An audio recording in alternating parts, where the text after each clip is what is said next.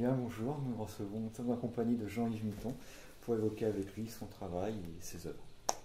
Voilà, donc la première question.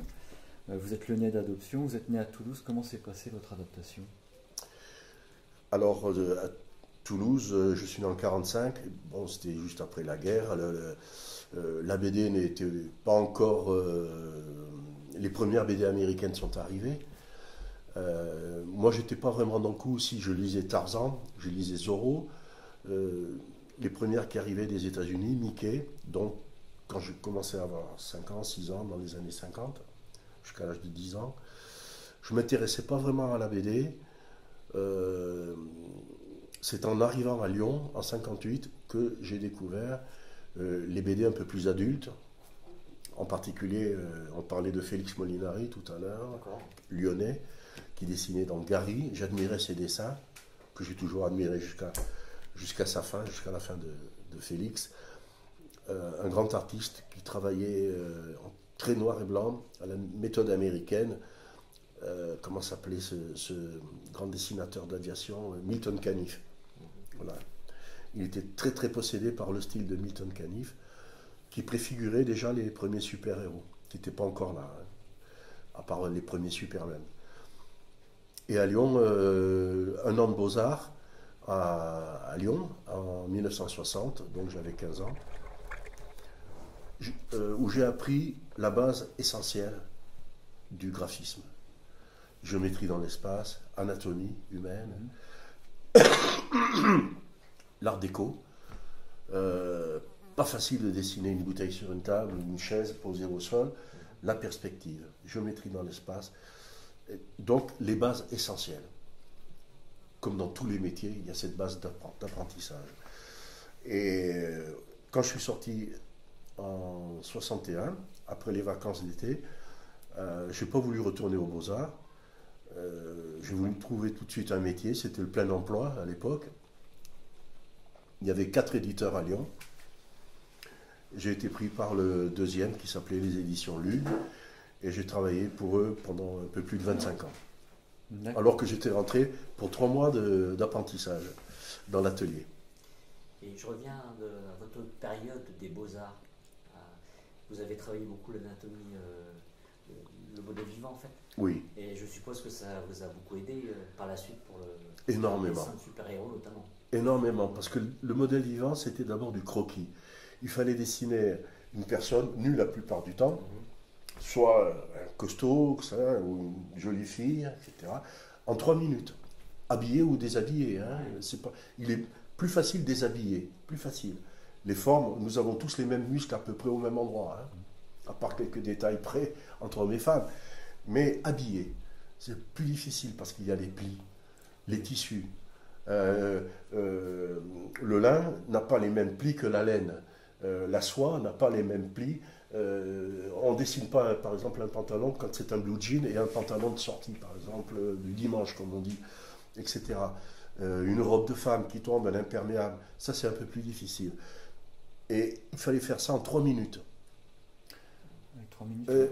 Donc, regardez, au juger à peu près les proportions, dessiner les plis, un ensemble, 3 minutes. Hein. Le prof passait, il disait terminé, on ramasse les feuilles, on était noté immédiatement, et on recommençait après 3 minutes, une autre position, un autre personnage. Ça pouvait être un élève aussi qui participe au modèle vivant. C'était valable aussi pour les statues en plâtre, les statues gréco-romaines, etc., etc. Et tout ça, c'était la base avec les ombres, les ombres portées et les oppositions, lumière, ombre, évidemment. Et souvent, je dis aux jeunes dessinateurs, quand ils rentrent dans le métier, apprends à dessiner tout ce que tu vois autour de toi en 3 minutes. Une voiture, un chat, peu importe, aucune importance. Un arbre dans le jardin, un parc public, très, très, très, très vite. Et après, dans la BD, mais je dirais qu'à ce moment-là, ça devient facile. On ne trace plus sa ligne d'horizon, elle est dans la tête. On sait très bien où est le point de fuite.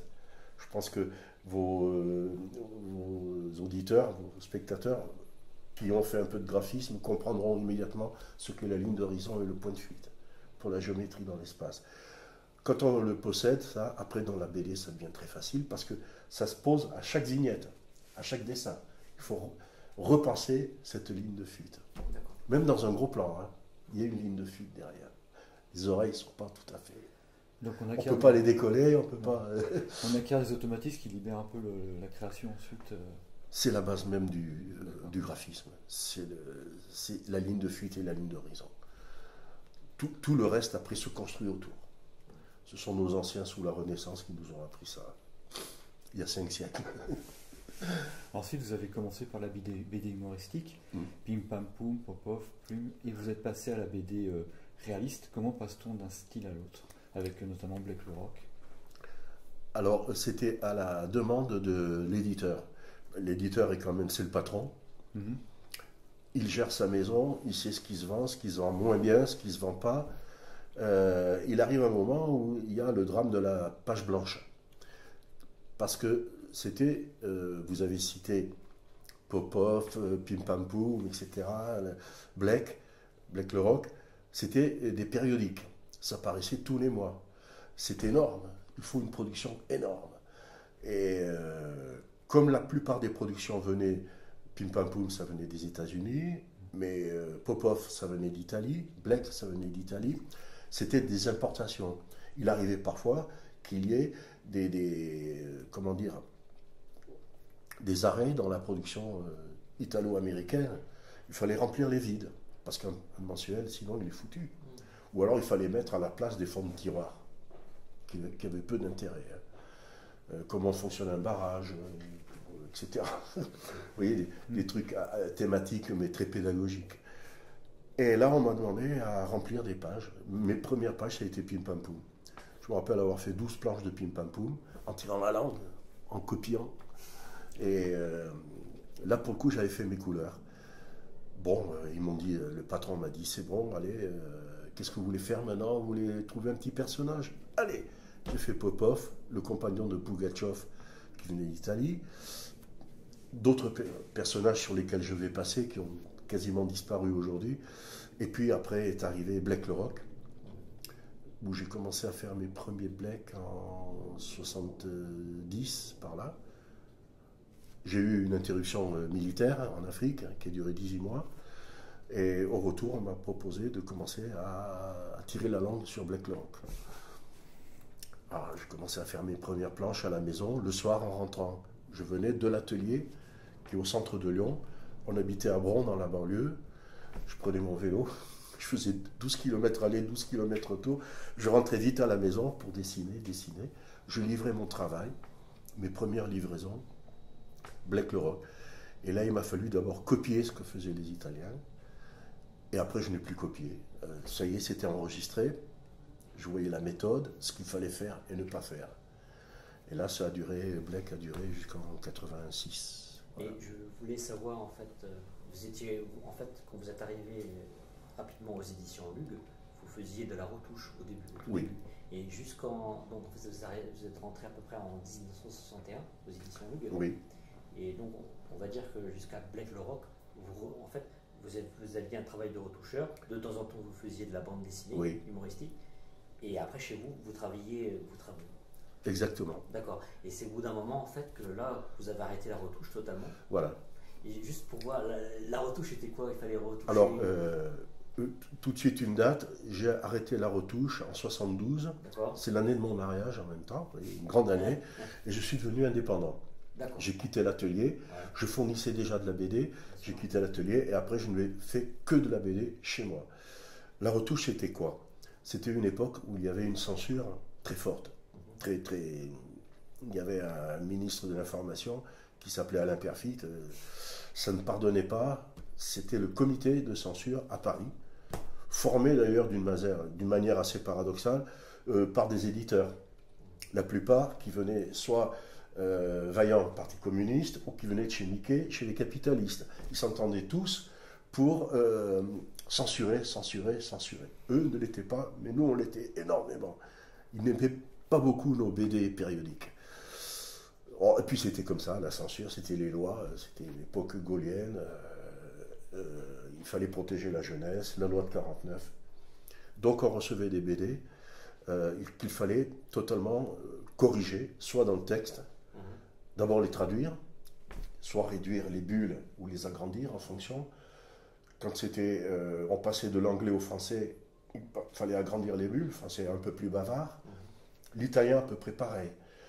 Parfois il fallait enlever des morceaux de texte qui n'allaient pas, qui ne collaient pas bien. Il fallait les transformer en français. Donc on réduisait, on agrandissait. En même temps, il fallait changer les décors derrière, soit en remettre ou en enlever. Il fallait enlever tout ce qui était, à l'époque, soi-disant dangereux pour la jeunesse. Donc les monstres, les femmes un peu trop voluptueuses, les onomatopées. Bing, crac, bam, bam, bam, bam, bam, bam, bam, bam. Tout ça, il fallait l'enlever. Vous regarderez sur les BD de l'époque, il y a très peu d'onomatopées. La plupart du temps, enlever les armes à feu ou alors le coup de feu. Alors, haut les mains, il valait mieux qu'il y ait un pistolet au bout de la main. Il est arrivé où le gars disait haut les mains avec l'index tendu. Hein. Moi, sur une couverture, il y a un Indien, je lui fais dire Hugues, moi scalpé homme blanc, et il a un tomahawk. Il saute sur Black. Et on m'a dit enlevez le tomahawk. Mais la bulle est restée. Moi, te scalper. Alors d'abord, il ne fallait pas écrire en petit nègre je vais te scalper homme blanc. Il ne fallait pas dire moi te scalper. Alors qu'au cinéma. Et enlever le tomahawk. Je me demande comment aurait-il pu scalper l'homme blanc avec le poing. Oui. Donc, on tombait aussi dans un irréalisme. Elle finit par se bouffer elle-même, la censure. Elle se moque d'elle-même.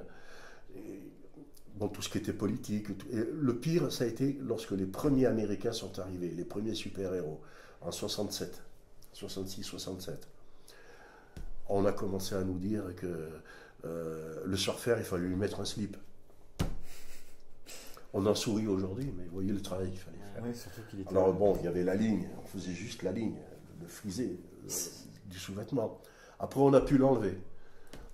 Après, il a fallu le remettre sur les couvertures. Au début, les premiers, c'était le slip et était kaki. Or, vous voyez, le surfer d'Arlan, il a couleur blanche, immaculée. Les monstres, dans les Marvel, il fallait enlever les écailles. Sur la peau, il fallait atténuer les sourires diaboliques du super méchant, les dents, toute trace de sang, les quatrièmes dimensions. La quatrième dimension, c'est le trait qui accompagne un mouvement. Vous voyez, dans la BD, coup de poing, vous l'accompagnez d'un mouvement, parfois d'un éclat. Il fallait l'enlever tout ça. À part la voiture qui fonce ou une fusée qui décolle, là on pouvait laisser la quatrième dimension. C'était au comité de censure d'en juger et au patron de la maison d'édition d'en juger. Sinon, c'était les tribunaux. Et moi, pendant 12 ans, 11 ans, aux éditions Lutte, qu'est-ce que j'ai fait? Avec de la gouache, on enlevait et on remplaçait. Parfois, c'était des pages entières. Tout à redessiner. Je me rappelle une scène dans un satellite artificiel, mon héros Micros à l'époque, qui est tout petit, il est grand comme ça, il pouvait se réduire à la taille d'un insecte. Il se retrouve prisonnier dans un satellite d'expérimentation où il y a des animaux expérimentaux. Et là, c'était des mygales, des grosses mygales, grosses, vous voyez, à peu près comme ça. Et lui, il est comme ça. Alors évidemment, il est face à un monstre énorme. Et le patron m'a dit non, les 2 pages terminées, à refaire. Alors à la place, j'ai mis des souris. Là, ça pouvait aller, mais pas des mygales poilues. Donc, aujourd'hui, on en sourit. Mais à l'époque, bon, ça donnait du travail. Mais on savait très bien qu'on était dans le ridicule. La loi de 49 a été pas abolie, adoucie par Giscard en 74, un peu après son élection en 75-76. C'est devenu un comité de surveillance qui est aujourd'hui beaucoup plus laxiste, qui laisse aller. On peut se permettre de respirer. Du coup, Blake le Rock, c'est un premier tournant dans votre carrière? Alors, du point de vue dessin réaliste, oui. Et en fait, vous étiez au scénario, mais vous ne travailliez pas avec Marcel Navarro? Voilà. Il était au scénario. Alors, au scénario, à peu près sur les 27 épisodes que j'ai exécutés, il y en a un peu plus de la moitié que j'ai fait en collaboration avec Marcel Navarro. Ouais. C'était bien simple. J'allais chez lui le dimanche, on buvait fort ce cognac. Il avait toujours de très très belles maisons magnifiques, et des parcs, etc. Il avait une épouse, Antonietta, qui était une cuisinière hors pair. Voilà. Alors la poule truffée, par exemple, à la lyonnaise, à la mer brasée, c'était une cuisinière. On se régalait avec ma femme quand on y allait. Hein. Et l'après-midi, en buvant des cognacs, devant la cheminée, qu'est-ce qu'on faisait? Du scénario. Mais en rigolant, en parlant un peu, d'une manière impromptue, comme on fait. Je prenais des notes. Je rentrais à la maison, j'organisais mon découpage.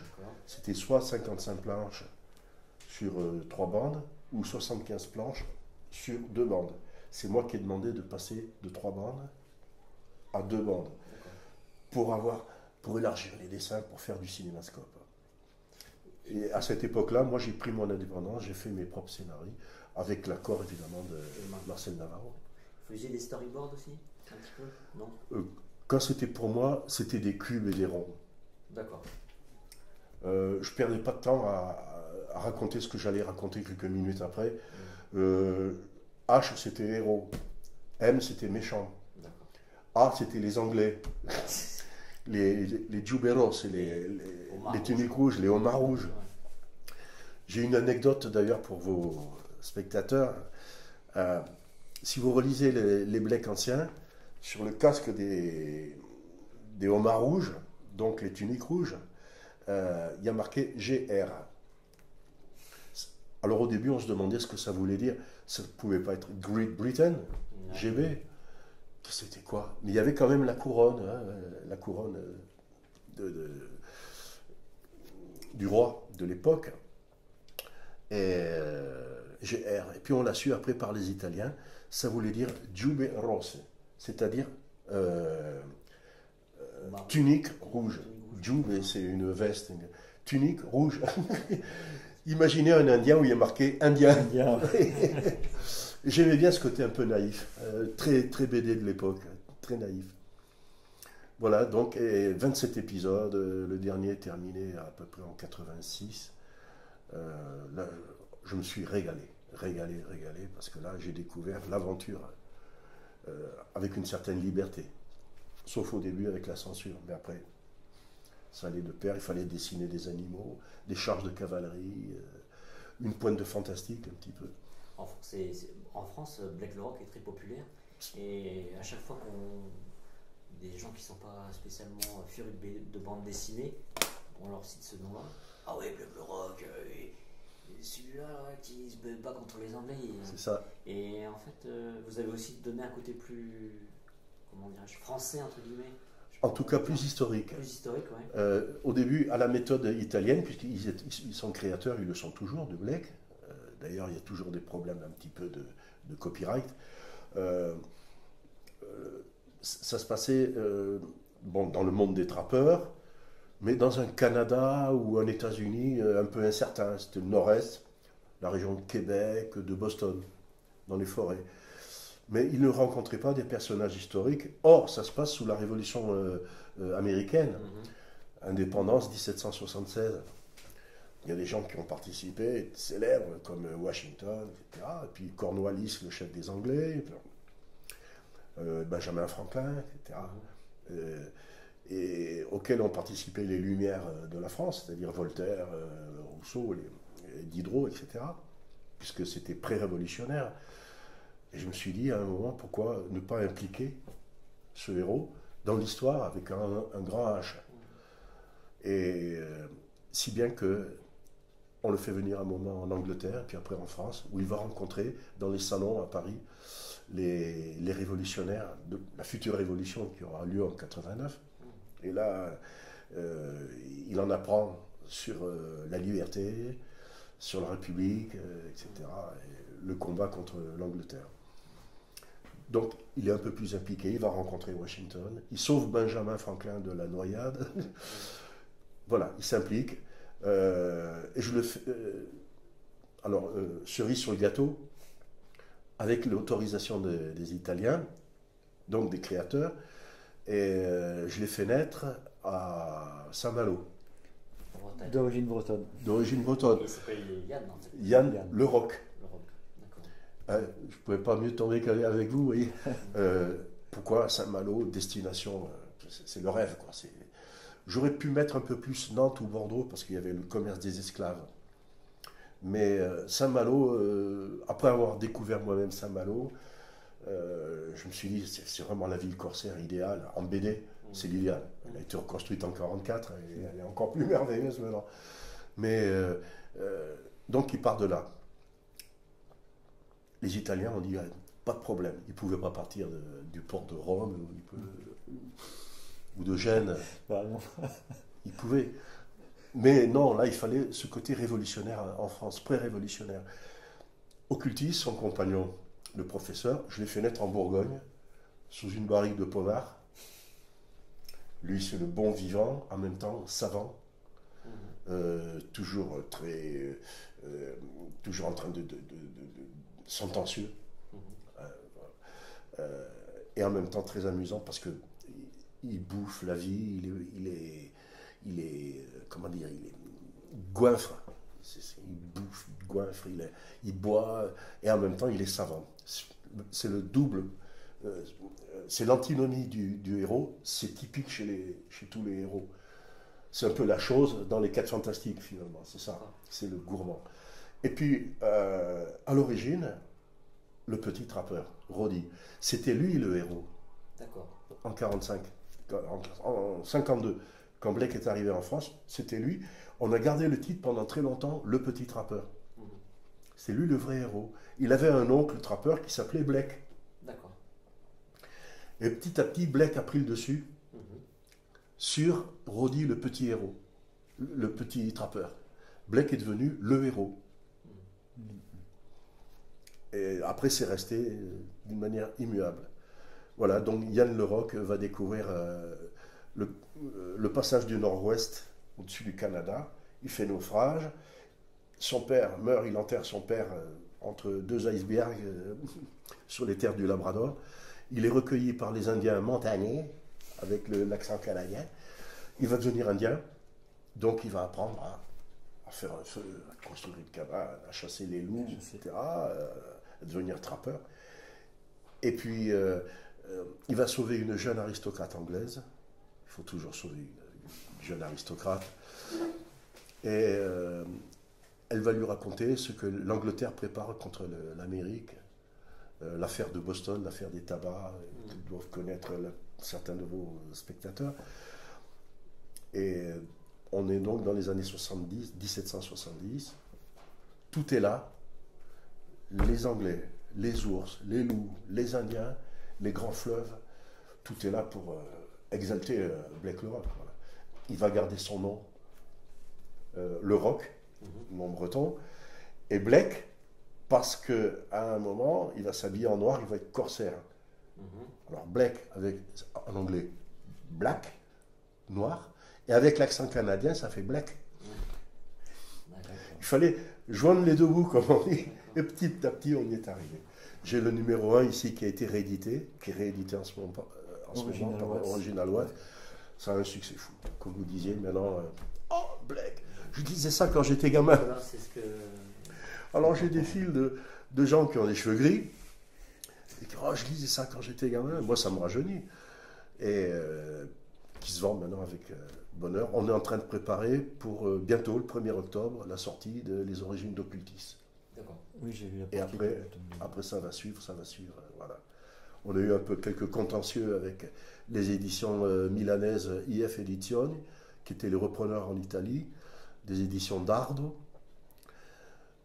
Je dis quand même une anecdote assez triste, et pourtant, Dieu sait si je suis italianophile, les Italiens ont vendu, ont bradé tous mes originaux de Blake, 1865 planches.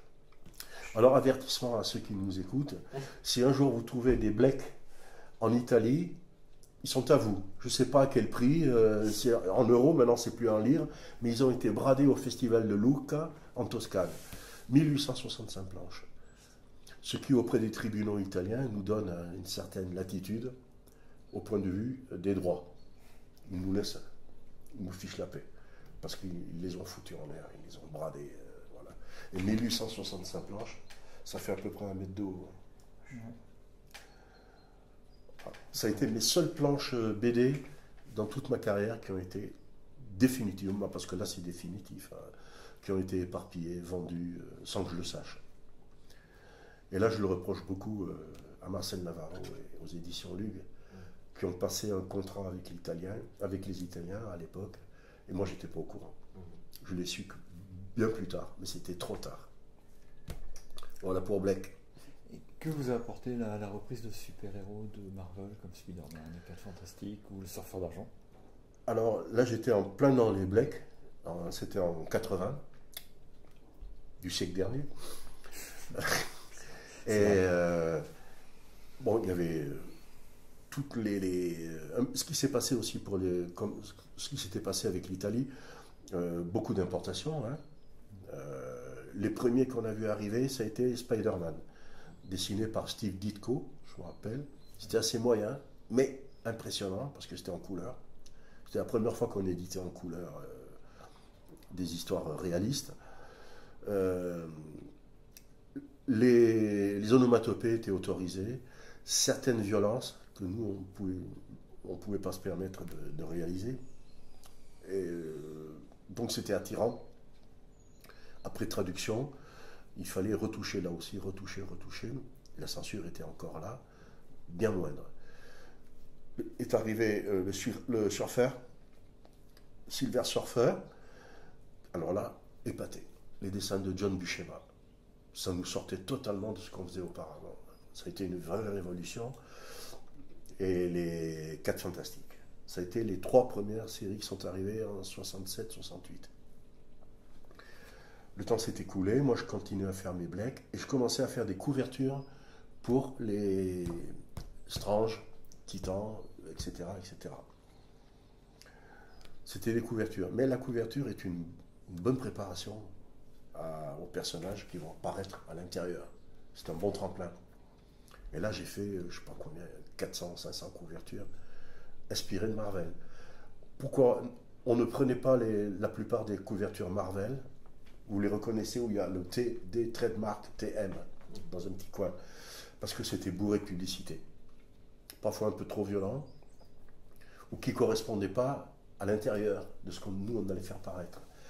Et il y avait tellement de pubs dedans, dans ces couvertures américaines, ça ressemblait à des panneaux de flipper. Vous voyez, des éclats partout, avec des textes, voilà. En anglais évidemment, il fallait enlever. Autant refaire les couvertures. On m'a confié ce travail. Plus tard, à Jean Frisano, qui lui faisait à l'aquarelle, moi en noir et blanc, coloré en Italie. Et un jour, Marcel Navarro m'a dit bon, ben, il faut faire quelque chose, nous, parce qu'on a des propositions de la part des Américains, de Stan Lee, qui était le chef de production artistique des éditions Marvel. Allez, on va tenter quelque chose. Et avec Marcel Navarro, et avec l'aide de ma femme, qui a trouvé le thème, c'est elle qui a trouvé des personnages tout petits. Avant Ant-Man, pourquoi pas, 3 personnages nés aux États-Unis, qui sont touchés par des extraterrestres. Ils vont s'en servir comme cobayes. Ils vivent à l'université, ces 3 jeunes gens. Ils vont être réduits à la taille d'insectes, dotés de pouvoirs d'insectes. Pourquoi pas? Alors, un évier qui se vide, ça devient un tourbillon, une tempête, vous voyez, etc. Une petite voiture Dinky Toy, miniature, ça devient un danger. Ils peuvent être écrasés, etc. Donc, Mikros, qui veut dire en grec petit, hein, Saltarella en italien qui veut dire sauterelle, il fallait trouver un nom très bondissant, et Big Crab, parce que lui, il va être transformé, il a gardé son gant de baseball. Alors les extraterrestres ne sont pas gênés, lui ont mis une pince de crabe à la place. Voilà, puis on a rajouté les Star and Stripe américains sur sa cuirasse. Ça a bien marché tout de suite, à tel point que moi j'ai fait 74 épisodes. Ça a duré pas mal de temps. Quelques interventions d'André Amouric sur 2 épisodes, je crois. Donc moi, 72 épisodes qui sont parus d'abord dans Mustang. 15 ou peu importe, il faudrait les retrouver. Et après dans Titan. Et là, ça y est, j'avais le pied à l'étrier. Ça m'a permis de créer un peu plus tard Cosmo, une petite famille qui navigue dans l'espace et qui découvre chaque mois une planète. Et comme je faisais pas mal d'astronomie, je m'y connaissais pas mal, j'avais pas mal de notions, j'essayais de trouver des planètes intéressantes qui correspondaient à ce qu'on commençait à découvrir dans ces années-là. Avec les radiotélescopes, on savait là où on pouvait trouver de la vie, etc. etc. C'était passionnant. J'achetais des tas de bouquins, il n'y avait pas l'informatique, des tas de bouquins sur l'astrophysique, passionnant. C'était surtout destiné à un public un peu plus jeune, hein, des 12 ans, 12-14 ans. Et puis après là-dessus, ça a été pour terminer mes super-héros aux éditions Lug. Bon, il y a eu Photonique. Photonique, Sirotota était toujours en retard. Si tu m'entends, Siro, tu le sais, toujours en retard. Merveilleux dessinateur, Formidable. Et quel ami, j'ai oublié de le citer tout à l'heure, mais parmi les plus grands amis, un frère. Hein. Plus jeune que moi, je l'appelle petit frère des fois. Mais alors, bon, moi, je bénissais son retard. Ça me permettait, par l'intermédiaire de Marcel Navarro, de dessiner des épisodes de Photonique. J'en ai dessiné 11 ou 12, je crois 11, avec la bénédiction de Sirotota qui me disait « Allez, vas-y, fais ce que tu veux, ne pas trahir mes personnages », qui étaient formidables aussi. L'histoire du petit bossu, Thaddeus Tanterouk, etc., le Dr Ziegel, Tom Pouce. On retrouvait un peu le trio Blake, un peu ce côté blakeien, toujours ce trio. Et puis, pour terminer, pour les super-héros à Lug, quand Lug a mis la clé sous la porte, ils m'ont laissé faire les 6 derniers épisodes, 6 épisodes de Chronos. Ça a été mon chant du cygne. Ça a duré les 6 derniers mois des éditions Lug. Et là, je n'ai pas voulu écrire fin. Si vous relisez Chronos, il y a 3 points de suspension. Oui. Tout simplement, des extraterrestres qui arrivent chez nous, au confluent de la Saône et du Rhône, il y a 13 000 ans. Il y avait encore un glacier qui arrivait du Rhône. Là. Et ils se posent sur Terre, pas par hasard, parce qu'elle est très belle, elle est enchanteresse, ils peuvent respirer, ils viennent pourtant d'ailleurs, et pour marier un jeune couple. Donc c'est une halte noce. Ils débarquent au confluent de ce qui sera 13 000 ans plus tard la ville de Luc Dunhomme, de Lyon. J'ai pris les sites que je connaissais le mieux, hein. Il y a la roche de Solutré, etc. Et là, au moment de leur mariage, le directeur de la mission leur offre à chacun un anneau nuptial. Je ne sais pas si c'est universel, mais en tout cas, l'image était assez belle. Un anneau qui les fait devenir chevaliers de l'espace, et surtout, qui leur permet de se diriger dans le temps, dans l'espace-temps, selon la manière dont ils tournent la bague. Ils peuvent aller soit dans le futur, ou à contrario, soit dans le passé. Mais alors, il faut vachement calculer son coût entre reculer de 3 secondes en arrière ou de 3000 ans. C'est vite fait de se tromper. Et donc, ils ont des ordres. On n'enfreint pas les lois de l'espace-temps comme ça. Il faut surtout, il y a toute une éducation à faire, il y a toute une pédagogie, comme tous les chevaliers. Il y a ce qu'on appelle l'adoubement. Il faut apprendre à devenir chevalier, à maîtriser la bague. Ne faites pas les imbéciles, hein, vous les jeunes. Alors eux promettent, tout ça.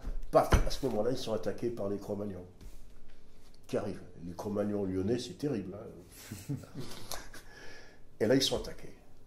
Le vaisseau fout le camp parce qu'eux, ils sont allés dans un coin tranquille. Hein, vous comprenez pourquoi. Les 2 amoureux, ils sont attaqués. Le vaisseau fiche le camp. Et eux se retrouvent avec la horde. Ils ont aussi un devoir, ne jamais tuer. S'ils ont traversé la galaxie, c'est que ce n'est pas des assassins. Ça peut être que des gens bien, bourrés de science, mais avec une très grande déontologie. Et qu'est-ce qu'ils font? Il y en a un qui tourne sur l'anneau d'un côté, et l'autre qui tourne sur l'anneau de l'autre. et ils sont séparés définitivement. Et ils vont passer des milliers et des milliers d'années sur Terre à se rechercher, à se retrouver. Ils ont la peau bleue, ils n'ont que 4 doigts, ils n'ont pas d'iris, pas d'oreilles. Donc, ils nous ressemblent sans nous ressembler, et sont victimes du racisme, de l'ostracisme. D'où viennent-ils? C'est pas normal, c'est pas des gens comme nous. Quand on connaît les humains, on sait à quoi ça aboutit. Ils vont connaître que des emmerdements. Parfois, ils croient se croiser, ils croient se reconnaître, c'est pas eux, c'est pas l'un, c'est pas l'autre. Ils se tendent la main, impossible, il y a toujours quelque chose qui les empêche. Ils prennent un métro qui part dans deux sens différents. Et ça peut se passer au Moyen-Âge, comme sous l'Antiquité, comme dans le futur. Voilà, 3 points de suspension. On a envie de continuer. Original Watts, ils m'ont dit, on ne va pas laisser comme ça. Voilà. Ouais, bonne nouvelle, alors. Et mon tout dernier opus aux éditions Lu, ça a été un album, le seul album qui est sorti aux éditions Lu, il n'y en a jamais eu d'autre, de n'importe quel auteur, c'était Demain les monstres, qui est paru dans le mois qui a précédé le dépôt de bilan. L'album n'y est pour rien, hein, le dépôt de bilan. Le dépôt était déjà fait, ça a été racheté par Semic France, l'album. Ouais. C'est 5 nouvelles de science-fiction, réalistes aussi. Ça a été mon dernier travail pour les éditions Lu. Et Je suis bavard. Hein. Je voulais savoir, quand vous avez dessiné les super-héros comme ça, que ce soit Micros, Photonique, est-ce que vous aviez des influences américaines? Vous pensiez à des dessinateurs précis américains? Vous Oui. regardiez un peu Ah oui.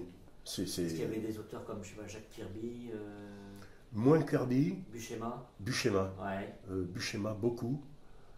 Puisque j'ai même fait 2 épisodes du Surfer, je dirais en copiant trait pour trait le style de Buscema, hein, D'accord. mais modestement. Parce que Et ça vous a aidé ensuite quand ça vous m'a avez- aidé. Ça m'a aidé pour ses compositions, la composition, la manière de poser ses personnages dans un cadre. Ça m'a beaucoup aidé. Ce côté très voluptueux dans le trait. Je pensais aussi, alors je me trompe peut-être, Björn Hogarth, le dessinateur de Tarzan. Hogarth, mais d'ailleurs, c'est la même filiation. Oui, tout à fait. Hogarth, Buscema, c'est la même école. D'accord. Sauf que Buscema a moins connu le bandé, la couleur en bandé. Oui, oui, d'accord. Alors que Hogarth, c'était la couleur très bien faite d'ailleurs, dans les grands formats Tarzan, couleur bandé, mais le noir et blanc est là sans problème. C'est le même travail. Le même travail. Il y en a eu un autre qui a été inspiré par ces 2 grands, un autre américain qui dessinait Choc, Commando, 10 histoires de guerre. Joe Kubert. Voilà, Joe Kubert, ok. Kubert. Et ça a été la même école. Je m'en suis inspiré aussi bien que Kubert, parfois un peu canif. Donc, oui, inspiré par les Américains totalement. Et puis après, petit à petit, j'ai commencé à dériver en faisant un peu du Nitro. Mais je crois qu'on a tous au départ une influence, et puis c'est normal. Et côté européen, vous avez eu des références? Ou alors, au contraire, même quand vous avez fait de la BD franco-belge qu'on va aborder tout à l'heure, ou alors c'était toujours quand même dans l'influence américaine?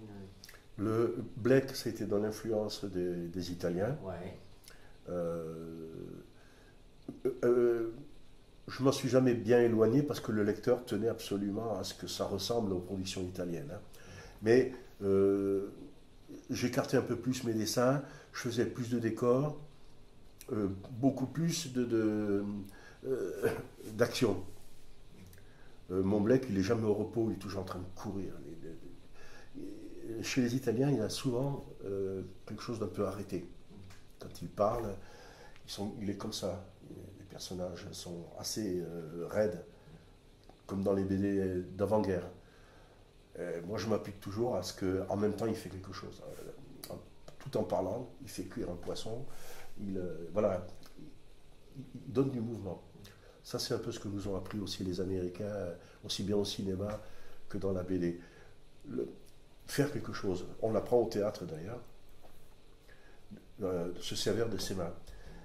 Un acteur de théâtre, on lui dit, vous avez un très long dialogue qui va durer 10 minutes, un quart d'heure avec votre partenaire.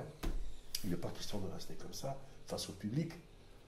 En même temps, prendre un café, il faut un objet, regarder quelque chose, un faux coup de téléphone, de façon à garder le spectateur toujours en éveil, toujours en éveil. Dans la BD, c'est pareil, toujours en éveil. Et j'ai appris aussi, mine de rien, par Hergé, dans le développement du récit. Vous remarquerez que chez Hergé, à peu près toutes les 2 planches, il y a une surprise à la dernière vignette. Un coup de téléphone malencontreux qui surprend le lecteur. Ça empêche le lecteur de dormir. Il va tourner la page. Et, un grand bruit. L'arrivée d'un personnage inattendu. Ou d'un petit événement. Parfois, c'est un petit événement. Et je me suis dit que ça, c'était un secret pour tenir en haleine le lecteur. Donc, toutes les 2 ou 3 planches, un petit événement. Toutes les 12 planches, un événement un peu plus fort. À la moitié de l'album, un événement fort, et à la fin de l'album, le truc qui vous renverse sur le cul. Il n'y a rien à faire, et qui oblige le lecteur à acheter le mois prochain, le prochain numéro. Voilà. C'est ce que nous apprenaient les grands feuilletonistes comme Alexandre Dumas, etc. Qu'est-ce qui va se passer la semaine prochaine, le mois prochain? C'est très immodeste ce que je dis, mais on en apprend aussi de tous ces maîtres, la manière de tenir en haleine. Voilà, de ne pas faire en sorte que le public ne s'endorme pas sur votre BD. Et qu'il ait envie d'acheter la suivante. Voilà. Alors, je voulais revenir moi sur le super-héros. Quelle est votre définition du super-héros?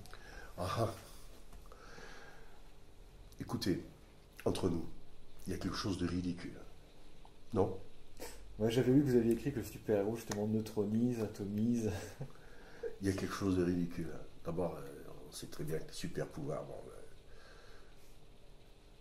Je préfère le masque de Zorro. Parce que sous le masque, il y a encore Zorro. Avec ses points faibles. Il est obligé de sortir que la nuit, Zorro, pour rendre justice.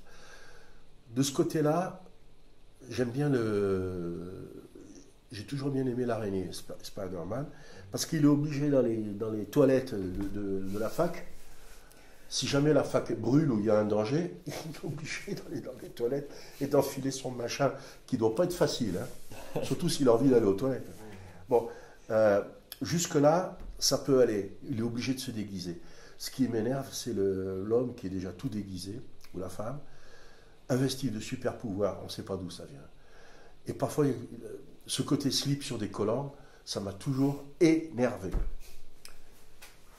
Au début, je les ai dessinés par nécessité, et en essayant de m'en écarter un petit peu. Micros n'a pas de slip. Son collant est direct. Il a une explication. Son collant, c'est sa peau. Ce sont les insectes qui lui ont donné cette peau. Mais on sombre quand même dans le ridicule parce qu'on sait que tout ça, c'est totalement faux. Il faut être anglo-saxon pour y croire. Les Américains, quand ils parlent de super-héros, mais c'est sacré, il ne faut pas y toucher. Il y a toujours un type en slip sur le gratte-ciel qui est prêt à sauver le président, quel qu'il soit d'ailleurs. Hein. Nous, notre côté cartésien, il y a quelque chose qui ne colle pas. Il a fallu toute la puissance des Américains, la puissance commerciale, le matraquage, disons-le, pour que le public, le jeune public, accepte cette chose. C'est encore pire dans le manga. Dans le manga, le super-héros qui arrive, il n'y a aucune explication. Okay. Il arrive, il rend justice et il repart. D'où vient-il? Qui est-il? Mystère. Au moins les Américains s'appliquent parfois à donner une origine, une raison pour laquelle il y a... Ce que j'aime chez le super-héros, c'est le défaut de la cuirasse, ce qu'on appelle le talon d'Achille. S'il n'a pas un défaut de la cuirasse, c'est pas marrant. Il faut qu'il soit fragile à un moment. Donc, parfois, il faut qu'il revienne à son état naturel, son état humain, pour montrer sa fragilité. Il faut le montrer mal rasé, en train de casser la croûte, en train d'avoir des besoins sexuels, des besoins de manger, de boire, de vivre, de dormir, etc. C'est ce qui est intéressant chez le super-héros, c'est tout ce qui n'est pas super-héros. Mais vous avez insisté ça sur Micros, on voit aussi la compréhension du public. On voit au moment où ils ont acheté un ranch et puis ça marche pas, ils ont les huissiers qui viennent. Voilà. Quel point de départ d'une Il faut aventure. payer les factures. Et, Voilà. On ne voit pas en effet chez Super Héros. Voilà. On n'a jamais vu Spider-Man payer la facture d'électricité. Voilà. Alors Spider-Man, au moins, il a une tante qui est à l'hôpital. Il est amoureux de Jane. Alors ça lui donne une dimension beaucoup plus humaine. Et puis il est obligé d'aller dans un coin pour se changer. Ça c'est génial. Mais autrement, le super pouvoir, c'était énervant parce que Finalement, ça vous emmerde un peu les super-héros. qu'est-ce qu'il va faire de ces super pouvoirs? Si c'est pour couper un gâteau en 8, pourquoi balancer des neutrons? Enfin, vous voyez ce que je veux dire? Ou pour allumer les bougies? Alors, il va falloir qu'il fasse des choses qui sont hors de portée de tout humain. Mais quoi? Arrêter une locomotive, d'accord, ça va une fois. Arrêter un missile, non, ça va 2 fois, tout ça. Mais au bout du 40e épisode, 50e épisode, il y a une sorte de fatigue. Et les Américains avaient essayé de faire mourir Captain Marvel. Oui. Nous, on l'a fait, puisqu'on importait Captain Marvel. Il y a eu une avalanche de lettres, on ne pouvait pas savoir. La boîte aux éditions Luc, Rémi Zola, débordait de lettres d'insultes, pas loin de la menace. Les Américains, de leur côté, pareil. Ils ont fait renaître le Capitaine Marvel. Fausse mort. Mais ça avait relancé la série. Donc, pour moi, ce n'est pas mes préférés. Je préfère le héros qui a des vicissitudes humaines. Et qui trouve ses pouvoirs et son courage en lui-même. Je préfère ça. C'est-à-dire comme tout un chacun, quoi, finalement. C'est peut-être pour ça, alors qu'à un certain moment, vous avez basculé un peu dans la BD franco-belge. Franco-belge. Voilà. Pas de super-héros, et il y a une rencontre importante, c'est François Corteggiani qui Oui. vous a introduit un petit peu dans ce milieu-là. Bien que, pour rentrer chez Mickey, il m'a proposé, donc la fin des éditions Lug, c'était la fin, là, 88, fin 88, 89. Je reçois un coup de téléphone avec l'accent d'Avignon. Il habitait à Paris à l'époque, mais il est quand même du Midi. Et chez Mickey, ils sont en train de chercher un super-héros. Hein. Est-ce que ça t'intéresse? Moi, je ne connaissais pas Corteggiani, je connaissais de répute pour son travail. Mickey. Ouh, 600 000 par mois. Je ne parle pas du salaire, je parle Des tirages. des tirages. 2 jours après, il me téléphone pour aller chez Vaillant aussi, toujours à Paris. Pif. Dans la même semaine, 2 contrats. Moi, évidemment, tout de suite, j'ai accepté. J'ai participé à un petit concours, on était 3 ou 4 chez PIF, que j'ai remporté. C'était Noël et Marie, 2 enfants sous la Révolution. Semi-humoristique, ou semi-réaliste, ça dépend le vers. Et chez Mickey, c'est l'Archer Blanc, qui a fonctionné, qui a bien fonctionné. Ça reparaît en ce moment chez Original Watts, avec l'accord de Corteggiani. Et on ne pensait pas que, donc, 30 ans après, on remettrait ça sur le tapis. Il fallait trouver un super-héros à Paris. Enfin, à Paris. Un super-héros pour Mickey. C'est François Corteggiani qui a trouvé l'idée, une sorte de Robin des Bois, qui n'a pas spécialement de super-pouvoir, mais qui a un arc extraordinaire. Il peut tirer dans les coins. Avec sa flèche, il peut faire des tas de choses, des crampons, tout ça. Et ça se passe dans une cité post-atonique, envahie par les lianes, tout ça. Donc un univers intéressant, assez fantastique, avec un super méchant qui était bien trouvé, Cloros, coupé à la taille, qui vit sur une soucoupe. Il vole comme ça, avec un œil unique, qui fait penser un peu à Brejnev à l'époque. Et voilà. Ça a bien marché chez Mickey, puisqu'il y a eu 12 épisodes, qui sont parus dans plusieurs pays d'Europe d'ailleurs. Et là, ça a été mon dernier travail pour PIF et pour Mickey. Et entre-temps, j'ai rencontré Mourad, chez Soleil. Je saute des ponts, là, hein, qui m'a proposé Vaelitis avec Jean-Jean Mayoli. De super-héros à pur réalisme, ça n'a pas été très difficile. Ça n'a pas été... Bon. Il ne fallait plus tomber dans la fable, dans la fabulation, quoi. Arrêter les rayons cosmiques et tout ça. Donc là, c'était les livres d'histoire. Et justement, quelle est la part de l'histoire dans vos séries? Parce que dans Vallée Victis, on parle de la guerre des Gaules, et vous incitez plus sur l'histoire, sur les personnages, qu'est-ce que vous préférez? Alors, dit historique, entre guillemets, hein, c'est-à-dire que ces récits se passent pendant un épisode de notre histoire humaine. J'en ai connu plusieurs. Avec François Cortegiani, ça a été La mafia italo-américaine, de Silence et de sang chez Glénat. J'ai fait 10 albums. Non, 7. Les 3 premiers étaient faits par Marc Malès. Il y a eu un problème avec Jacques Glénat. Et Cortegiani m'a proposé de faire la suite. Décidément, je dois beaucoup à François Cortegiani à l'époque. C'est à peu près à la même époque que Pif et Mickey. Et je me suis engagé, alors là, dans le pur réalisme. L'histoire a été construite et documentée par le regretté Jean-Michel Charlier, donc une documentation comme ça. Les dossiers noirs, en fait. Les dossiers noirs qui paraissaient sur TF1 à l'époque. Je suis allé voir Cortegiani, il était maintenant installé à Avignon. Il m'a passé toute la doc qui était comme ça, pour chaque épisode, chaque personnage. Les gens l'ont tous habillé 1910, 1920, 1930, des catalogues entiers. Vous savez, comme les catalogues de la Manu à l'époque. Comment ils habillaient les femmes, les hommes, tout ça. Et les voitures, petit à petit, parce que ça se passe quand même sur presque un siècle. Jusqu'à la mort de... Jusqu'en 1960. 1960, la mort de Falcone. La mort de Falcone, voilà. Et donc, c'est presque un siècle. Et alors, il s'en passe des choses, les locomotives, les avions, enfin tout, notre vie, les tramways de l'époque, j'avais toute la documentation. À l'époque, je me servais d'un rétroprojecteur, je m'en servais beaucoup. Un tramway dans les rues de Chicago, où je prenais à peu près, j'arrêtais le rétroprojecteur et je rajoutais des personnages, etc. Comment étaient faits les gratte-ciel à New York, Chicago en 1925, etc. Ne pas faire de bavure, hein, pas d'approximation, pas trop. Et ça a fonctionné. Le récit était passionnant. Ce sont des personnages qui sont devenus historiques, hein, Capone, etc. Lucky Luciano, on les connaît tous. Bon, très sanglant, évidemment. L'histoire de la mafia, j'en ai appris pas mal là-dessus, d'ailleurs. Voilà, ça a bien marché. Et de là,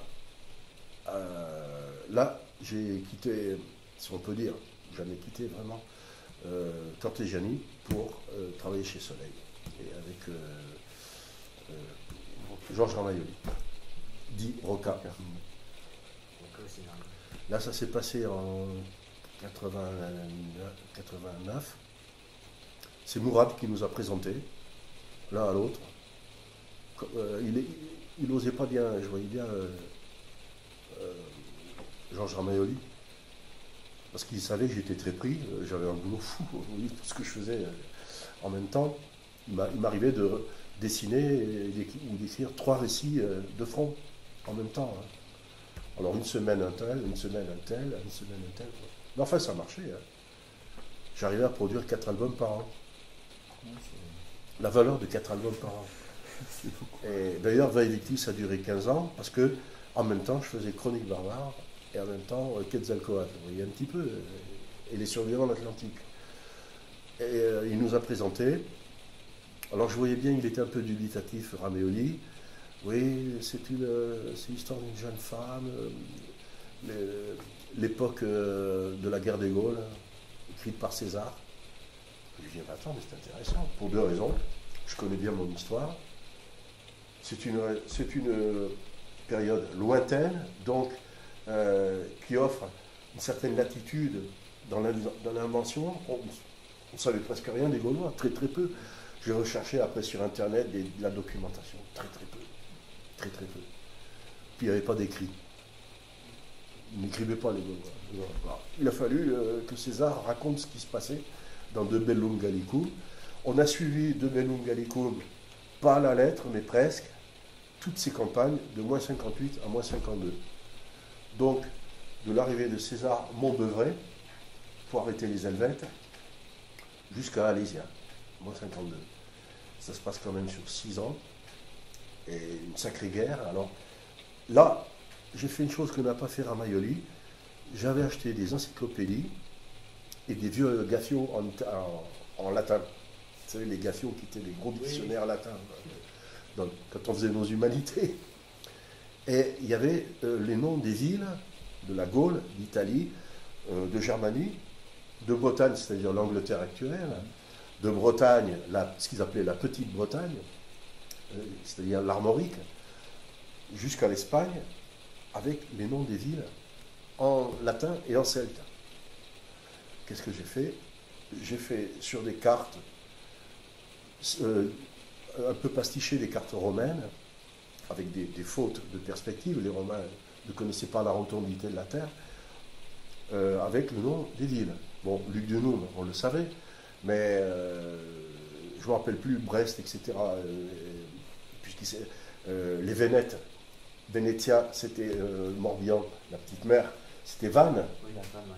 Puisque les Vannois, les Vannais, je ne sais pas comment on dit, ont quitté Vannes, ont été déportés par les Romains jusqu'en Vénétie et ont fondé Venise. Ils se sont installés sur la lagune à cause de l'arrivée d'Attila en 450.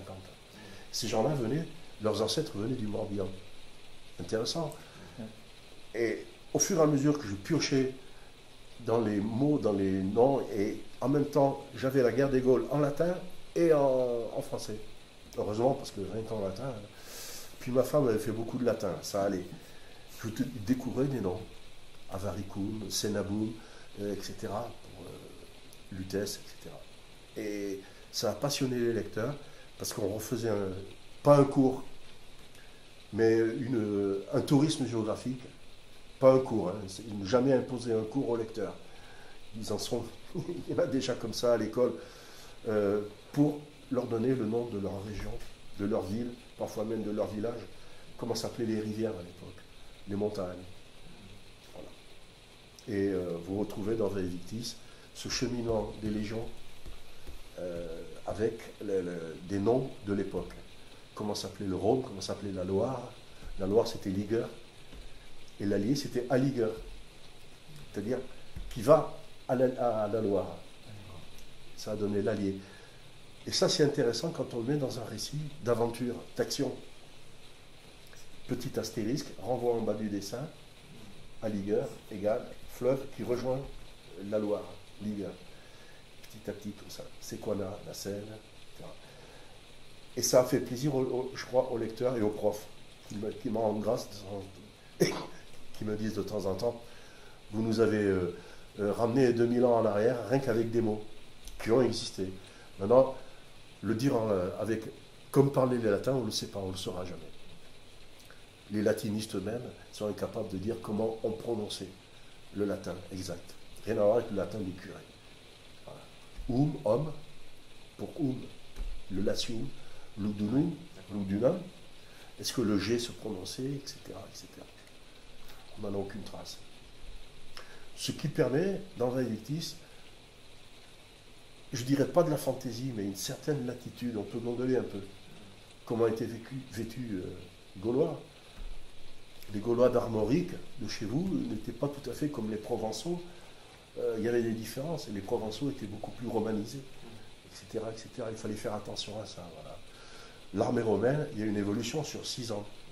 L'armée romaine, surtout la piétaille, de plus en plus utilise du matériel gaulois et copie les Gaulois qui avaient de très bonnes inventions, comme les braies, le pantalon, quand il fait quand même moins 10 l'hiver, en petite jupette, c'est pas marrant. Les caliguets qui étaient remplacés par des bottes en fourrure, et les parjous des casques qui n'existaient pas chez les Romains, les gros parjous. Et les parnuques, qui étaient d'ailleurs amovibles, comme ça, qui pouvaient s'escamoter. Tout ça copié chez les Gaulois. Les Gaulois imitaient les Romains pour le vin, l'huile, pour des tas de choses. Et puis il y a eu la Gaule romaine qui a été un pays magnifique. Mais ça, c'est après. C'est après. Donc pour moi, ça a été une plongée dans l'histoire qui m'a fait revenir à mes humanités. Et j'ai proposé les surveillants atlantiques. J'ai repris Blake le Roc en l'appelant Yann le Scorff, qui est né à Saint-Malo. Les premières planches ressemblent exactement à ce qui se passe dans Blake, et puis après je dévie. Je dévie, et mon héros va connaître d'autres aventures qui n'ont rien à voir avec Blake Lorac. Mais le départ, j'ai repris le même départ. Je pouvais me le permettre, puisque j'en étais l'auteur. Et là-dessus, Chronique barbare, là c'est l'arrivée des Vikings au 9e, 10e siècle, l'histoire d'un jeune moine qui va remplacer Leif Erikson, un roi norvégien qui va découvrir le Groenland et l'Amérique. C'est assez, comment dire, c'est du pur esprit, hein, c'est une invention, mais il y a une logique. J'ai suivi les dates, les traités, avec Charles III, le Gros, le traité de Saint-Clair-sur-Epte en Normandie, etc. Chaque fois, je mettais des points géographiques et des points historiques exacts. Et entre les deux, les zones d'ombre. C'est ce qui est intéressant dans les personnages, pas fictifs, mais qui sont presque fictifs, mais qui sont probables, hein, qui ont pu exister, de remplir des zones d'ombre. Et a fortiori pour Quetzalcoatl, chez Glénat, là c'est l'histoire d'une jeune mixtèque, sud du Mexique, le Guatemala actuel, qui va devenir prisonnière des Aztèques pour être amenée en sacrifice à Mexico, c'est-à-dire à Tenochtitlan. Elle va rencontrer Moctezuma, elle va réussir à s'échapper, sinon il n'y aurait pas eu d'épisode. Elle va réussir à s'échapper, à éviter le sacrifice. Elle devient une courtisane de Moctezuma, l'empereur des Aztèques. Elle va s'enfuir, mais mes héroïnes s'enfuient toujours.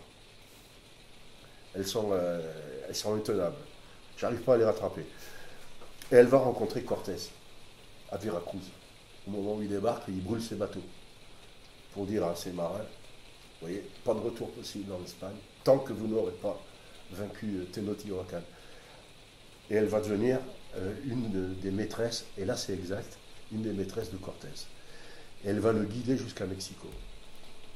En même temps, elle va servir d'interprète. Il n'était que 300 les Espagnols. 300. Contre des milliers et des milliers d'Aztèques. Destruction de Tenochtitlan qui a été atroce. Mise en servitude de la population quand ils ne sont pas massacrés. Et elle va finir brûlée par l'Inquisition. Et là, c'est exact. Je suis allé dans la documentation. J'ai même vu sa statue à Mexico. On est allé à Mexico avec ma femme. Des fresques aussi. Les Mexicains racontent aussi pas mal de conneries parce qu'ils mêlent la Madone. Ça n'avait rien à voir. Ça, c'est l'empreinte espagnole. Ils l'appelaient la Malinche. En mexicain, ça veut dire la sorcière. Mais une sorcière sainte. Ils en ont fait une sorte d'icône de Jeanne d'Arc et qui a été brûlée par l'Inquisition. Et mon récit commence par la question à l'Inquisition. Et elle va raconter toute sa vie. Mais ce qui n'empêchera pas d'être brûlée. Voilà. Toujours l'histoire, l'histoire, l'histoire, l'histoire. Et pour terminer, hein, vous me dites, vous m'arrêtez. Il y a eu Bénur chez Delcourt. Parce que là, je rêvais d'avoir, c'est une très belle histoire. Le film était merveilleux. Je n'ai pas vu la dernière mouture de Bénur là, qui vient de paraître au cinéma. C'est une très belle histoire qui tenait bien dans 4 albums. J'ai eu l'accord de Guy Delcourt. Et au début, on m'avait dit qu'il faut faire d'après le roman. Alors, j'ai acheté le roman. Oh là, c'est complexe. Il y a beaucoup de renvois en bas de page. Alors, l'histoire des évangiles, l'histoire comment dire,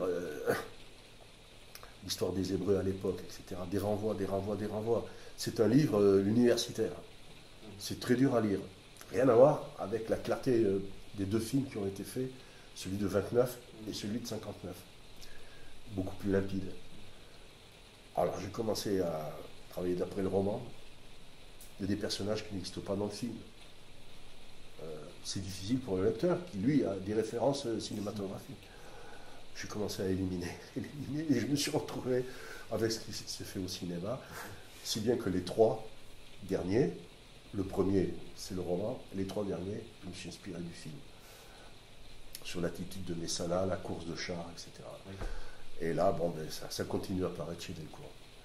Ça a été mon dernier truc historique. Et le dernier kamikaze aussi. Enfin, Alors, dernier kamikaze avec Félix. En gros, hein, l'histoire d'un. c'est une moitié historique. Ce qui m'a inspiré, c'est que 12 ans après la fin de la guerre du Pacifique, c'est-à-dire en septembre 1945, 12 ans plus tard, en Nouvelle-Guinée, ils ont trouvé des Japonais dans les montagnes, dans la jungle. En Nouvelle-Guinée, vous voyez un peu la jungle de Nouvelle-Guinée, quoi. À l'époque, les Alliés ne s'étaient même pas aventurés à l'intérieur. Il y avait des Japonais qui avaient pris position dans des villages, qui commençaient à devenir comme des papous, hein, à vivre comme des papous, mais qui avaient les mitrailleuses, qui avaient encore leur matériel, qui n'avaient pas la radio. Ils croyaient que la guerre n'était pas finie, 12 ans plus tard. Je me rappelle des journaux, c'était dans François, où il y avait qu'on peut retrouver sur Internet, où ils ont retrouvé, ou aussi dans quelques îles, des gars qui croyaient que la guerre n'était pas finie, les Japonais. Pas d'information, pas de radio. Mais il y avait assez à bouffer, il y avait bon, de quoi vivre. Il y avait de quoi tenir. Ouais, peut-être même des femmes, ce qu'il fallait pour vivre, quoi. Des noix de coco et puis de la pêche. Mais la guerre était toujours là. Et ils guettaient éventuellement que le retour des Yankees, quoi. Je me suis dit, pourquoi pas. Mais je vais pousser un peu plus loin, c'est de la BD. Lui, il va attendre près de 60 ans. Sur une île, à la fin de la guerre. Il va se retrouver sur une île où ces anciens Japonais ont été attaqués par les Américains. Ils ont laissé le matériel. D'ailleurs, ils le faisaient, les Japonais parce qu'ils foutaient le camp, les Américains parce qu'ils avaient tellement de matériel qu'ils l'abandonnaient sur place. Ils ont fait pareil en Normandie, en Allemagne et partout. Les jeeps, etc. Des boîtes de conserve, etc. Et au début, lui, il a 15 ans, il devient kamikaze par désespoir d'amour. Toujours les femmes. Il part de Kyushu, au sud du Japon, pour aller bombarder, pour aller plonger sur un porte-avions à Okinawa. Donc à 600 km de là, il lance son avion sans espoir de retour. Pas assez d'essence, pas de parachute à bord, pas de radio. Il doit suivre le chef d'escadrille et tous doivent se précipiter, chacun sur un navire qui a été identifié auparavant, qui est sur pare-brise. Et à côté du pare-brise, il y a un porte-avions américain, la silhouette, et puis il y a la photo de sa fiancée qui l'avait conduit. Il se précipite, et puis quand il commence à approcher de la cible, la mort approche. Il n'en peut plus, il est trop jeune. Il remonte, il passe au-dessus du porte-avions, il est mitraillé, et il continue jusqu'à ce qu'il n'ait plus de carburant. Puis il arrive sur une petite île de corallienne, il crache dans le lagon. L'avion est à moitié englouti, pas trop. Il arrive sur la plage, et là il va trouver une île qui a été dévastée avec tout le matériel de guerre, aussi bien japonais qu'américain. Il va s'y installer, il va croire que les Américains vont revenir, ils ne reviennent pas. Et il s'y installe pendant une 60aine d'années.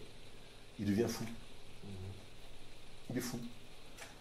Il se déguise en empereur Hirohito, il se déguise en femme. Il est dingue, quoi. Il devient complètement dingue, schizophrène, paranoïaque et tout. Mais il attend l'ennemi. Et en même temps, il a réparé son avion. Il a réussi à tirer avec un train sur le sable qui attend là. Et un jour, le club méditerranéen arrive. Il y a quelques années. Le club méditerranéen arrive. À bord, un jeune couple, blanc, ils viennent pour Trigano.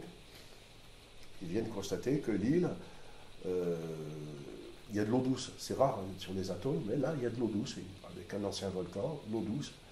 Des traces de guerre, on en trouve partout dans les atolls du Pacifique. Et puis de ce coup, ils sont pris dans des pièges de guerre que dressaient les Japonais. Alors, des mines, des bambous acérés, etc. Et une guerre qui recommence, inattendue. Ils sont reçus à coups de mitrailleuse par le Japonais. Ce jeune couple s'en sort, arrive à localiser le Japonais, qui lui a 80 ans, hein. Il ne peut plus courir comme avant, et en même temps il est devenu complètement dingue. Il finit par rejoindre son avion. Oh, il démarre, il y a du kérosène en pagaille. Il démarre sur la plage, il part, et il voit le bateau du Club Med sur le lagon. Boum. Et il se crache sur le bateau du Club Med. Sur l'île reste un jeune couple qui se demande ce qu'ils vont faire pendant 60 ans. C'est une sorte de fable, voilà. Un peu le serpent qui se mord avec eux. Retour à place départ. Voilà. Et là-dessus, j'avais écrit un scénario pour Félix, paf, qui est mort. Et c'était quoi comme scénario? Ça parlait de... Alors, toujours la guerre du Pacifique, c'était son truc. Hein. Oui, c'est vrai. Ça s'appelait Tokyo Express, sous-titre Les trois guerres de Jack Norton. En l'esprit héroïque de ses propres héros, des héros de Félix. Mais le mien est beaucoup plus modeste, c'est pas un héros, c'est un type qui va être trimballé sur 3 batailles alors qu'il ne voulait pas, il s'y attendait pas. Le matin de Pearl Harbor, le 7 décembre 1941, au moment de l'attaque japonaise sur Pearl Harbor, et là c'est historique, arrivait une escadre de B-17 qui venait de San Diego, des États-Unis, désarmés. Ils venaient là pour se poser à... Le hasard fait qu'ils sont arrivés en pleine bataille. Et il y a quelques avions qui ont réussi à cracher avec des survivants, d'autres qui ont été abattus par les Japonais. Et j'en invente un avion piloté par ce Jack Norton, qui arrive à se poser sur une unique route goudronnée qui traverse l'île de Oahu, là où se trouve Pearl Harbor. Il est félicité après la bataille par les autorités américaines, médaillé, tout le machin. Manque de peau au mess, alors qu'il veut fêter le mess qui a été à moitié détruit par les bombardements, tout ça. Il veut fêter ça, il se bagarre avec un officier. Il lui casse la figure à l'officier. Parce qu'il a insulté la fiancée de Jack Norton, qui était tahitienne, qui était les îles, donc bronzée, etc. Et à l'époque, les Américains, ça rigolait pas beaucoup là-dessus. Bagarre. Lui, il est condamné à une peine, soit à San Diego en prison, ou alors à une peine de plusieurs années. Il ne fallait pas rigoler avec les officiers. Sur le site même de Oahu, à reconstruire, dégradé, alors qu'il était capitaine. Il se retrouve dégradé. Et là, je reviens toujours vers l'histoire. Quelques mois passent. En gros, à peu près février 42. Il y a un type qui vient le voir, qui s'appelle Doolittle, et qui vient lui dire, voilà, vous êtes un grand pilote, vous avez été dégradé, bon, ce qui s'est passé, c'est passé, je comprends ce qui s'est avec votre fiancé et tout, mais voilà, j'ai l'autorisation de venir vous voir et de vous faire une proposition. Nous voulons bombarder Tokyo, mais avec des moyens limités. On n'est qu'au début 42. Ça s'appelle le raid du colonel Doolittle, qui est historique. Et là, il apprend à piloter un B. Mitchell 25. Félix, vous serez là, il sortirait les photos, Félix Millar, pour aller bombarder Tokyo sans retour. Parce que les avions avaient une carburant limité. Et le Hornet, porte-avions, accompagné par l'Enterprise, s'est approché jusqu'à 600 km du Japon, au petit matin. À bord, 17 B-25 Mitchell, avec juste ce qu'il faut de bombes, une mitrailleuse, c'est tout, une tourelle, c'est tout. Il fallait désarmer au maximum, jeter du fret, donc l'inconfort et tout. Quitter le porte-avions, c'était pas évident pour des appareils bimoteurs lourds, bombardiers mi-lourds, c'était pas des P-40. Ils y arrivent, par grand vent, tempête. Alors, on est toujours... Là, on retourne un peu dans l'aventure. Lui, il pilote un des B-25 et il doit bombarder le port de Tokyo. Les autres vont bombarder Yokohama. Là, je me suis inspiré de l'histoire. Et les autres, Kobe, les ports. Il y en a un qui a raté son coup, il devait bombarder le palais impérial de Hirohito. Et ça, il ne le saura pas, lui. Les radios sont débranchées. Chacun suit un cap et doit bombarder en enfilade. C'est-à-dire lâcher un paquet d'obus et continuer son chemin. La plupart étaient attendus en Chine par les partisans chinois, d'autres en Russie. Vous voyez, la mer du Japon, hein, tout en longueur, tout en hauteur. Et lui en Corée. Chacun pas. Il y en a qui sont mitraillés, descendus. Sur les 17, il y a eu qu'à peu près 5-6 avions rescapés qui ont pu être récupérés par les partisans chinois, soit communistes ou soit nationalistes. Peu importe, ils étaient d'accord avec les Américains. Et lui atterrit dans une rizière en Corée. Il va rencontrer une femme et tout, il va entrer dans la résistance, il va être amené jusqu'en Corée du Sud, où il vient le chercher un sous-marin. Et là, c'était un fait réel. Mais moi, je mets mon héros. J'oublie le type qui a été embarqué, mais là. On est en avril. Il monte dans son sous-marin, il est blessé, il est brûlé. C'est là d'ailleurs que commence l'histoire, il va raconter aux médecins tout ce qui s'est passé. Et il est dirigé vers le territoire américain le plus proche, c'est-à-dire les îles Midway, qui sont à peu près en mi-chemin, qui portent bien leur nom, entre les îles Hawaï et le Japon. Et qu'est-ce qui s'est passé le 4 mai, le 4 et 5 mai 42, Midway est attaqué par les Japonais. Et lui, il arrive à bord du sous-marin. Le sous-marin accoste, il descend, il croit qu'il va rencontrer sa fiancée hawaïenne, qui l'attend à l'hôpital. L'hôpital est attaqué par les Japonais. Donc, il connaît 3 batailles. Et il a eu une mission depuis le début. Il est photographe, cinématographe. Il devait filmer.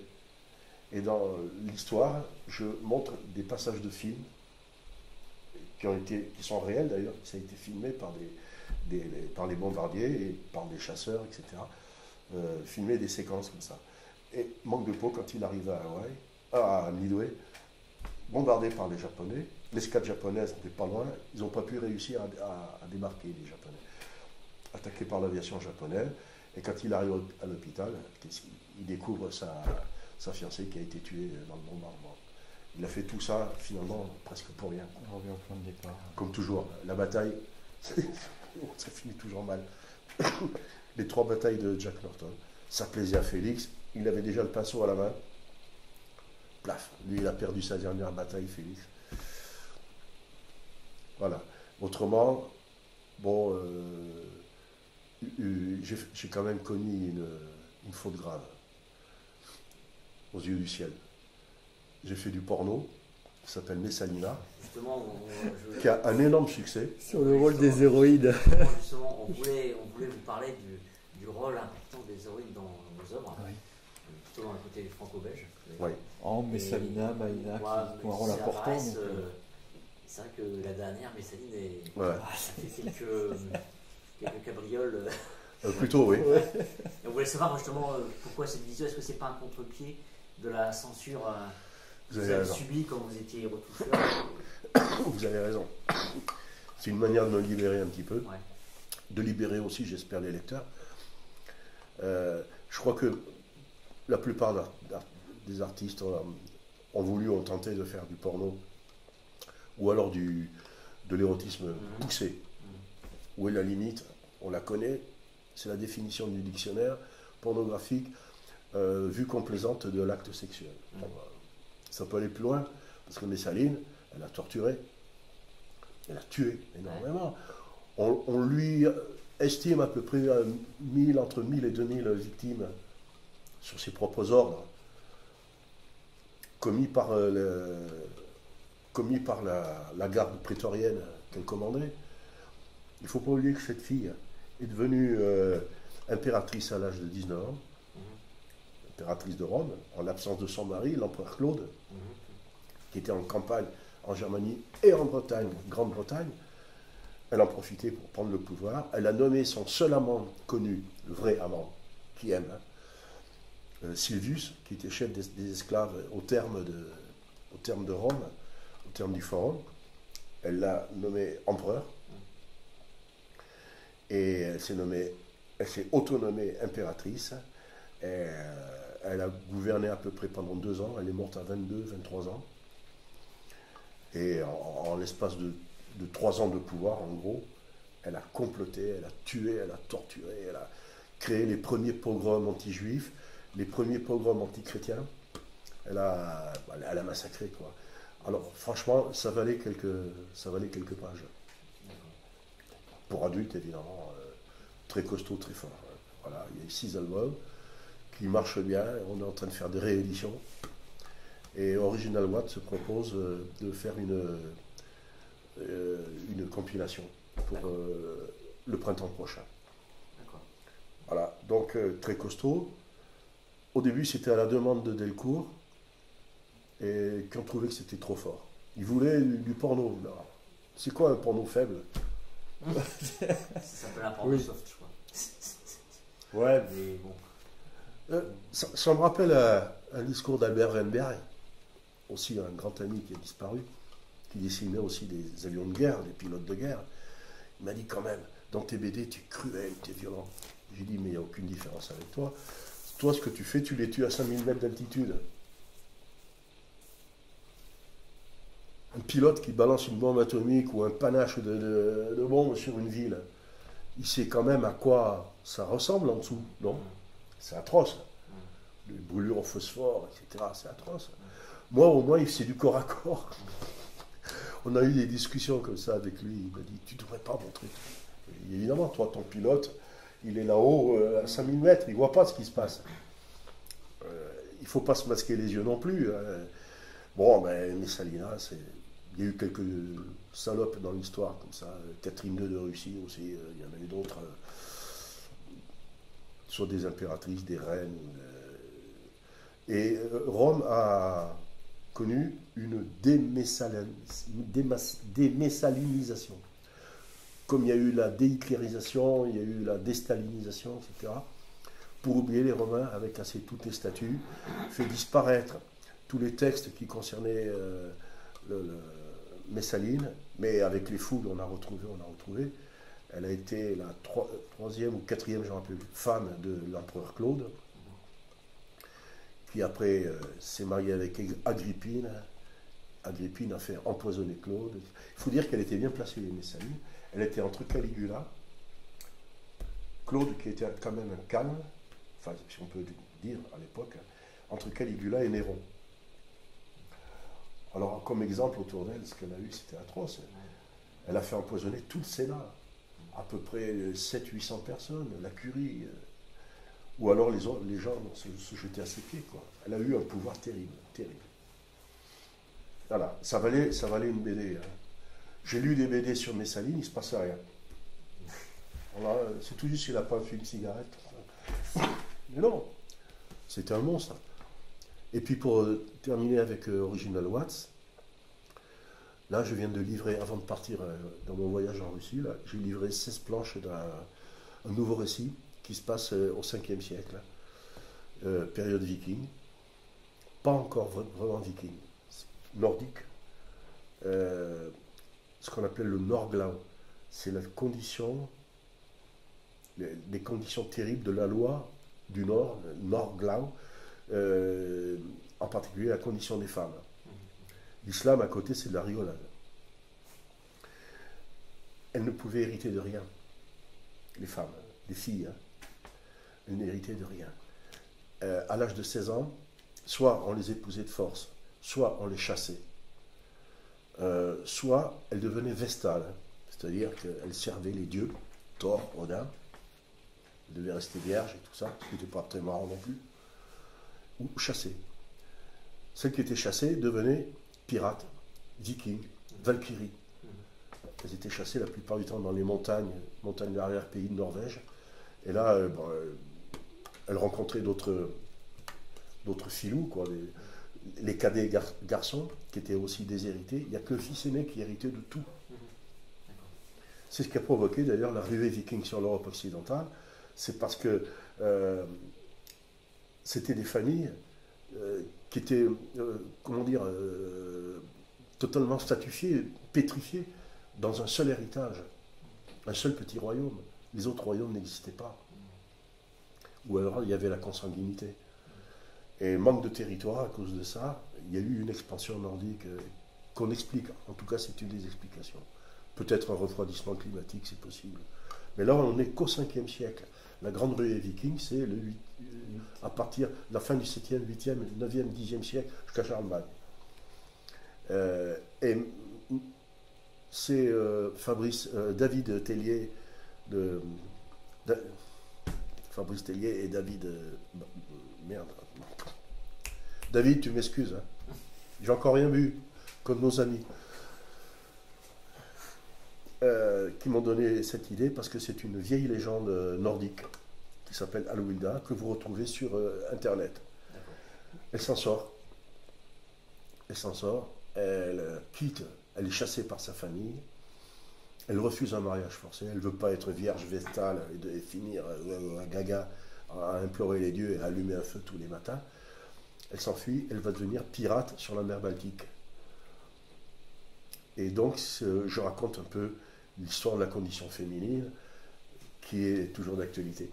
Même en ce moment, très, très d'actualité. Comment une fille peut se libérer violemment, évidemment. Comment s'appelle cette série du coup? Alwilda. Elle paraîtra, Qui va paraître 3 fois 16 albums, mini-albums, qui vont être compilés en un seul de 48 planches. D'accord. Alors, livre premier, 48 planches. Livre deuxième, 48 planches. J'ai livré les 16 premières. D'accord. Qui constituent l'acte 1.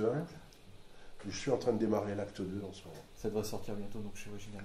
Alors Alwilda doit sortir normalement là en novembre. C'est à la couleur. Je l'ai livré avant de partir en Russie il y a 15 jours.